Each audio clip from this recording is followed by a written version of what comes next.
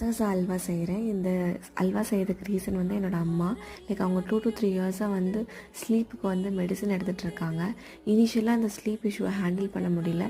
ஜென்ரலாக நம்ம ஒரு பக்கம் ட்ராவல் பண்ணிவிட்டு ஒரு நாள் தூங்கலினாலும் நம்மளோட பாடி எவ்வளோ டயர்டாக இருக்கும்னு தெரியும் உங்களுக்கே. அப்போ இந்த தூக்கமே இல்லைன்னா அது அவங்க எந்த அளவுக்கு எக்ஸ்ட்ரீமாக அவங்க பாடி வீக்காக இருக்குன்னு யோசிச்சு பாருங்கள். என் அம்மாவுக்கு டேப்லெட் சாப்பிட்றதுனாலே ரொம்ப பயம். நிறையா டாக்டர்ஸை செக் பண்ணோம். One of the doctor tablets வந்து எங்கள் அம்மாவுக்கு செட் ஆச்சு. பட் அது கிராஜுவலாக கம்மி பண்ணணும். பட் இன்ன வரைக்கும் அதை கம்மி பண்ண முடியல. கம்மி பண்ணால் அவங்க ஸ்லீப் நல்லா டிஸ்டர்ப் ஆகுதுனால நாங்கள் அதை வித்ட்ரா பண்ணிட்டோம். இந்த டேப்லெட் சாப்பிட்றது அவங்களுக்கு வந்து சைட் எஃபெக்ட் ஆகுது. அந்த காலில் கொஞ்சம் கருப்பாக வருது.